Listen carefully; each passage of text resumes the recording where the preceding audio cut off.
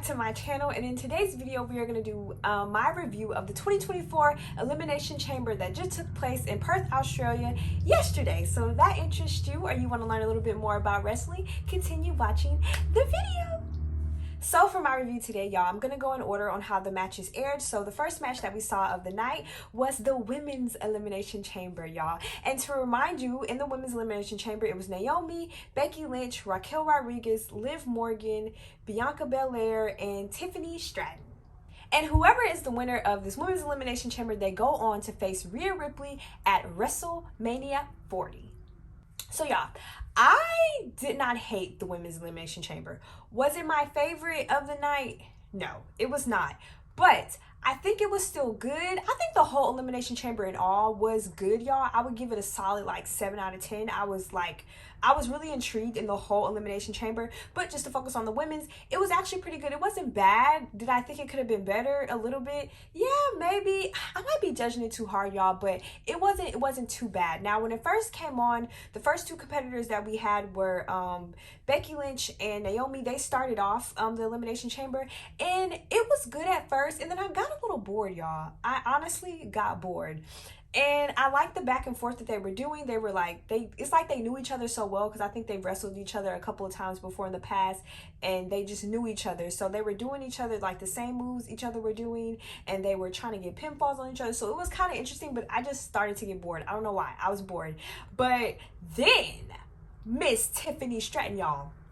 Tiffany Stratton is my favorite woman on the roster right now. I love Tiffany Stratton. I don't know if I just love her because I feel like if I was a WWE like persona character on WWE, like a wrestler, I would be Tiffany Stratton, like her whole persona, y'all. But when she came, the crowd went nuts, y'all. Like for her, this is her first live WWE like on the main roster pay-per-view event, and for it to be overseas and she was like literally like the crowd was eating her up.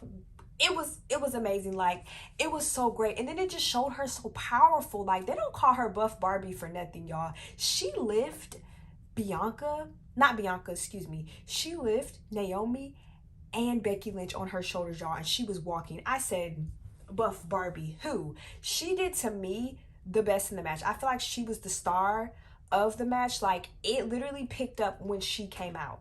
And then another great moment, I think this happened before Tiffany Stratton came out, and I think this is really when the match picked up. I know I said Tiffany was when the match picked up, but Naomi hit a split off the chamber onto Becky Lynch. Y'all, I gagged. I was like, Naomi, she ate that up. That's when I hopped up. I was like, okay, we getting somewhere now with the women's match. We getting somewhere. Before I was a little hesitant. It was a little boring. But we getting somewhere now, y'all. I was instantly hooked after she hit that split on her. And then after Tiffany came out, I believe it was Liv Morgan. Then it was Raquel. And then Bianca was last. But Liv Morgan eliminated Tiffany Stratton. And after that, y'all, to me, it kind of went back boring. I don't know, maybe I'm biased because I just love Tiffany Stratton. I just think she has the charisma, she has the uniqueness, she has the talent. Like, maybe I'm a little bit biased because I love Tiffany Stratton. But after her, it kind of got a little bit boring back again. It wasn't boring, but I think another star was Raquel Rodriguez. Oh my God, like I said before in my review, Raquel Rodriguez is a powerhouse, literally powerhouse. She was lifting, she was spinning people. She was just awesome. Like, if Tiffany Stratton wasn't in the match, she would have easily been my star of the night. For her to just come back after being away for 3 months, she looked like she hadn't missed a beat, y'all. She was fantastic in this Women's Elimination Chamber, y'all. And then the ending, oh my God, I love the ending. Because after, okay, so it went that Naomi was eliminated, and then Tiffany Stratton was eliminated, and then, okay, so that's 4. I'm trying to count in my head. And then after that, Raquel was eliminated, right? After Raquel was eliminated, y'all, that's when it picked back up again, because the ending, so we ended up with 3. We ended up with Bianca Belair as the final 3 with Liv Morgan and Becky Lynch. Okay, bam, set the scene. So Bianca Belair is trying to, Bianca Belair was trying to do a move, but then Liv caught her, and I think Liv, rolled her up, and then she pinned Bianca Belair. And then out of nowhere, as Liv Morgan's turning around after she just pinned Bianca Belair, Becky Lynch comes and delivers the manhandle slam. Bam! 1, 2, 3. Becky Lynch win. I love that, y'all. I love that they did a quick ending like that because, y'all, after Raquel Rodriguez got eliminated, like I said, it was Liv Morgan, Becky Lynch, and it was Bianca Belair. It was boring. They went on for about 10 minutes. I thought it was going to be fast from there, but no, y'all. They fought for like 10 minutes, maybe 8. I was getting bored. I was like, okay. It was going on longer than I expected. I'm glad they gave them some more showtime, but it got a little boring. So I was glad that they did a quick ending, and I love the ending, y'all, because it happened like bam, bam, bam like that. And like I said, my pick won. I knew Becky Lynch was going to win, y'all. It's no way Becky Lynch was just not going to win. They wanted this Rhea Ripley versus Becky Lynch for a reason, okay? Oh, the other prediction that I got right was that I knew that it was going to be Liv and Becky Lynch as the final 2. Can you really count them as the final 2 because it happened within 3 seconds? I'm going to count it as the final 2 because then that will prove that I'm more right. And to just say it again, the star of the match off for me was definitely Miss Tiffany Stratton, Tiffy time. For her to be a newcomer, and for her, first off, for her to only be doing this, I think Tiffany's only been wrestling like professionally for like 3 years, 3 or 4 years. She looks phenomenal in the ring. She looks like she was born to do this, like a really natural born talent. So if you go back and you watch that match, just look at Tiffany Stratton.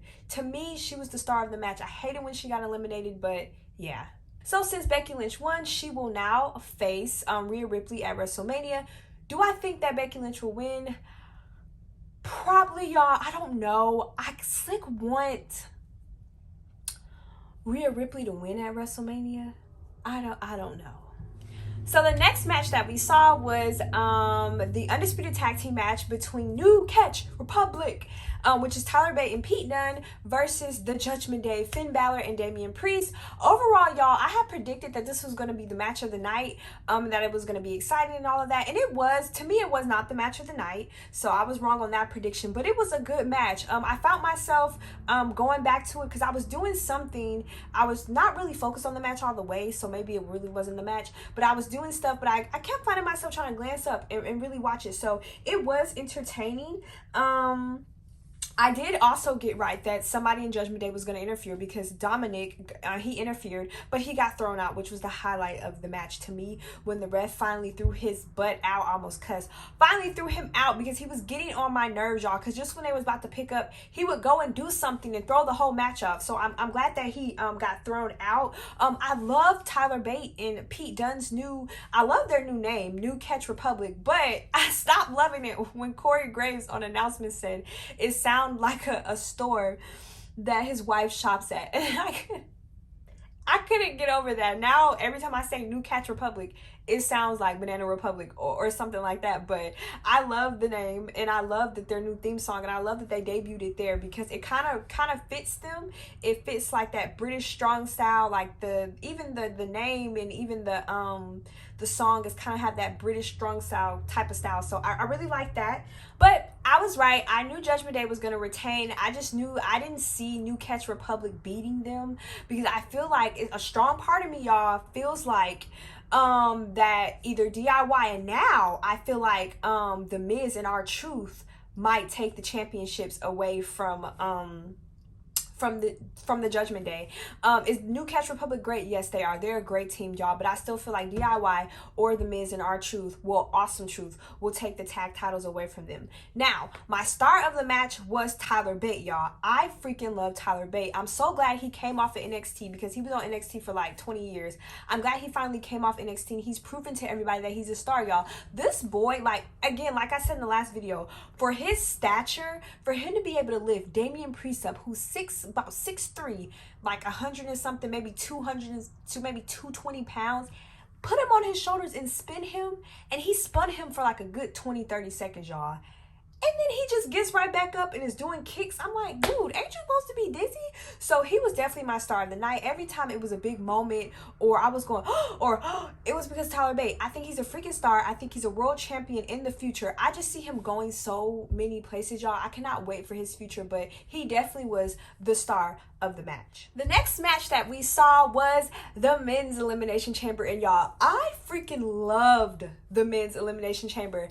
It almost was the match of the night, but the closing match kind of stole that away from it. I love the Men's Elimination Chamber. The storytelling, the surpriseness of it. WWE, Triple H, Paul, Hunter Levesque, whatever, Triple H, he did his big one with the men's elimination chamber. I don't know if I'm hyping it up too much, y'all, but I love the men's elimination chamber so much. Like I said, it just has so much storytelling from the audience starting to chant CM Punk while Drew McIntyre is about to do a move, and then he starts mimicking CM Punk, and he's like, go to sleep, and he tries to deliver the GTS, but he failed. But I love that. And then from oh my god, stop, pause, Bobby freaking Lashley. I don't even know why I'm surprised that Bobby Lashley is just that good, y'all. He is just that good. Bobby Lashley is a legend, y'all, but it just keeps surprising me that at his age, because he is hitting, I think he's like 46, 47. He might, no, he's not 50 yet. He might have just hit 50, or he might be like 48. For him to still have that speed, that agility, that quickness, that strength, oh, y'all, he speared Logan Paul through the pod. And I know that's happened so many times before on the Elimination Chamber, but it was nasty. Bobby Lashley, in my opinion, was the star. Even though he got eliminated first, which I was kind of upset about that, to me, he was the star of the match. And maybe because I kind of saw Bobby Lashley coming into this match not a strong competitor, because I'm like, oh, they're gonna get rid of Bobby Lashley, whatever. But no, he went out fighting. Like, Bobby Lashley, to me, star of the match easily. That spear through the pod, y'all, was the first time I jumped up out of my seat. Like, it was so gritty and it was so good. So y'all, after Bobby Lashley's eliminated, the match is still going on, right? LA Knight, I think he hits a BFT to Drew McIntyre. I think he's about to go to pin Drew McIntyre. I forgot who he was trying to pin. AJ Styles.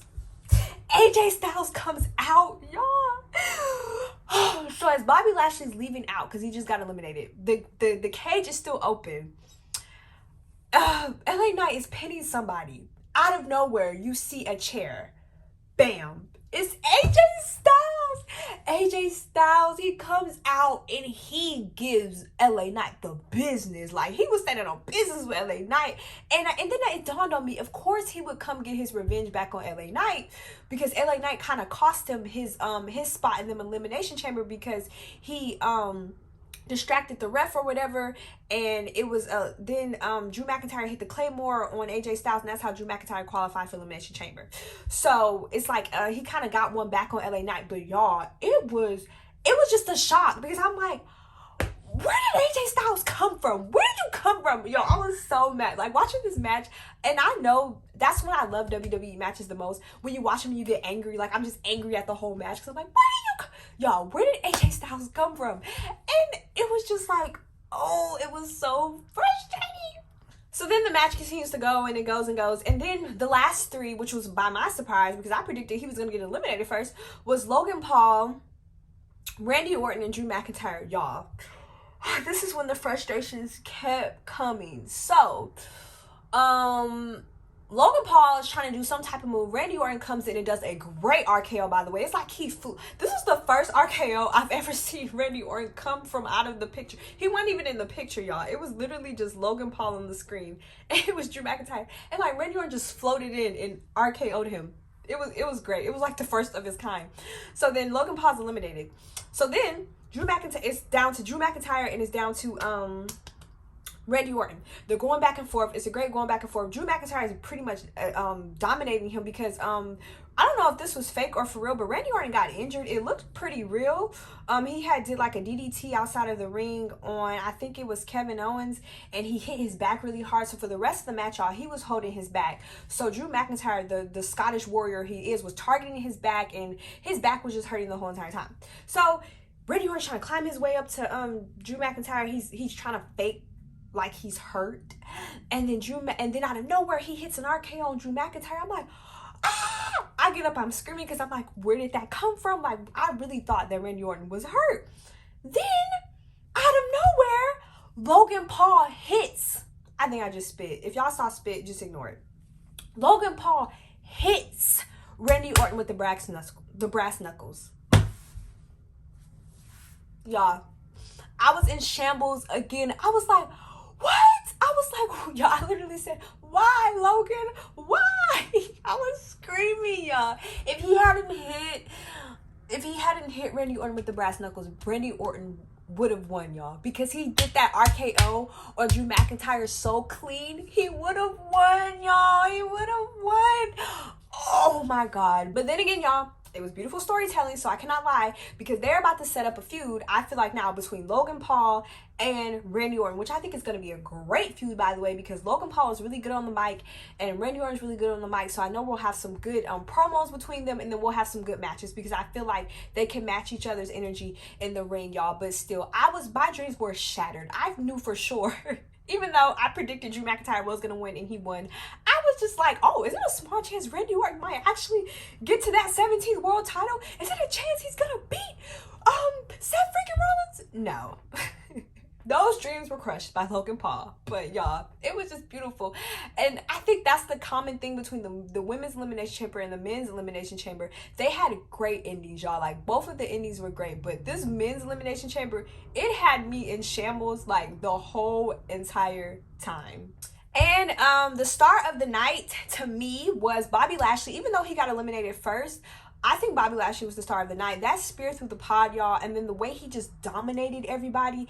And again, I'm gonna remind y'all, he had like a kind of broken kind of arm or injured arm from when Karrion Kross hit his arm the night before on SmackDown. So for him to have like kind of one arm and he was still spearing, well, I was about to say a bad word, he was still spearing people through the pods. And he was still muscling up people at the age of 48, 50. Star of the night. Literally, this man, he's the almighty for a reason. Now, if not Bobby Lashley, Drew McIntyre to me will be another star of the night, because even though, and he came in at number 1, y'all, he literally started the match off and he fought his way through the whole entire match, which I love that. And that's the difference between Drew McIntyre, I think, and Becky Lynch.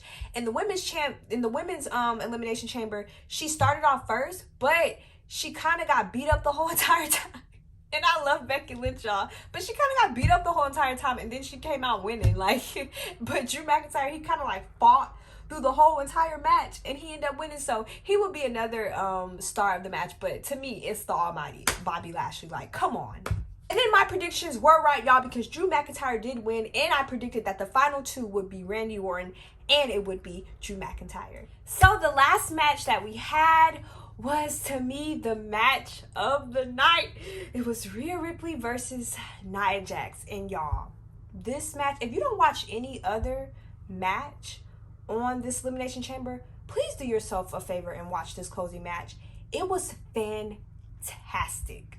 I just feel like they told a beautiful story with this match, y'all, from Rhea Ripley keep getting back up, to her fighting, to her being in front of her family and refusing to give up in front of her family, to refusing to give up in front of the people that are from her country like she is in Australia. It was just so like awesome. And I just love like the ending where she picks up Nia Jax, y'all, and she does a suplex off the top of the ropes. I was looking at Rhea Ripley back like, girl, you okay?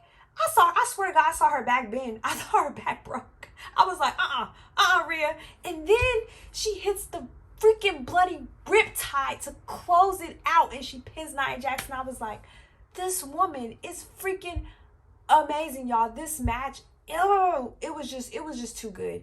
And like I said, usually when you have matches where it's two hard-hitting women, or even men, it's kind of so slow paced. It's kind of like, it's slow paced. It's just hard hitting. It's only one note.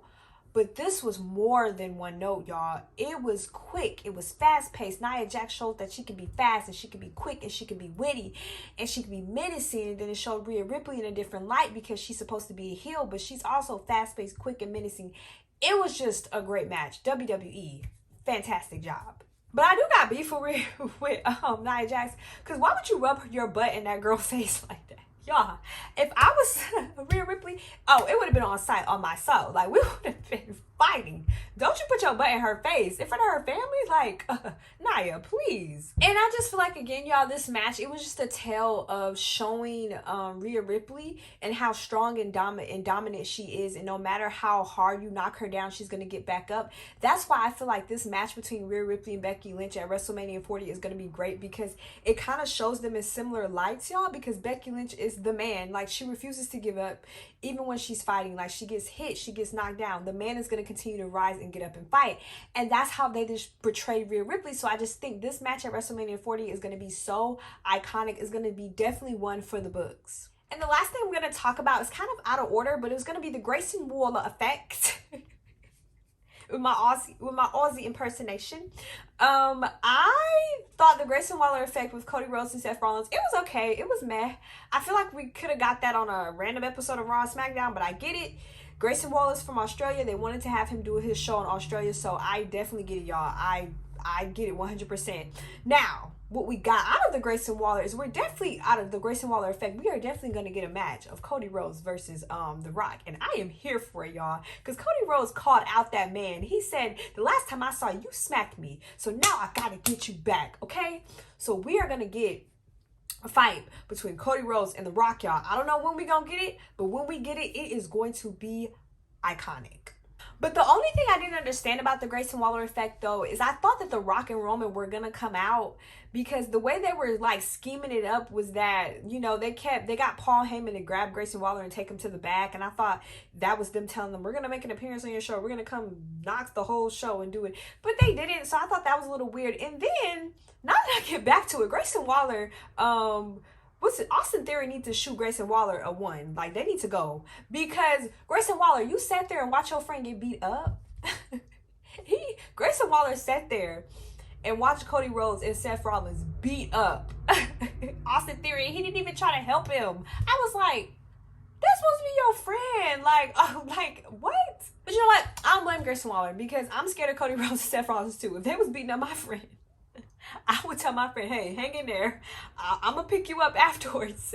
Hang in there. All in all, for this Elimination Chamber, y'all, I would give it a solid 8. I thought this was a great Elimination Chamber. I kept yelling at the screen. I kept getting up. I kept jumping. So that meant it was great to me.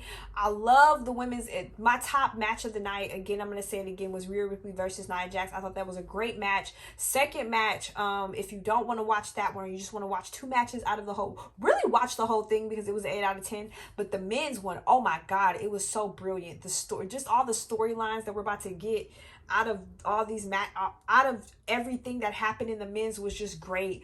Solid 8 out of 10 for the whole Elimination Chamber. I thought it was wonderful. Thank you for watching my reviews on the Elimination Chamber. Let me know if you agree or disagree in the comments. I would love to hear your opinions. But for now on, bye.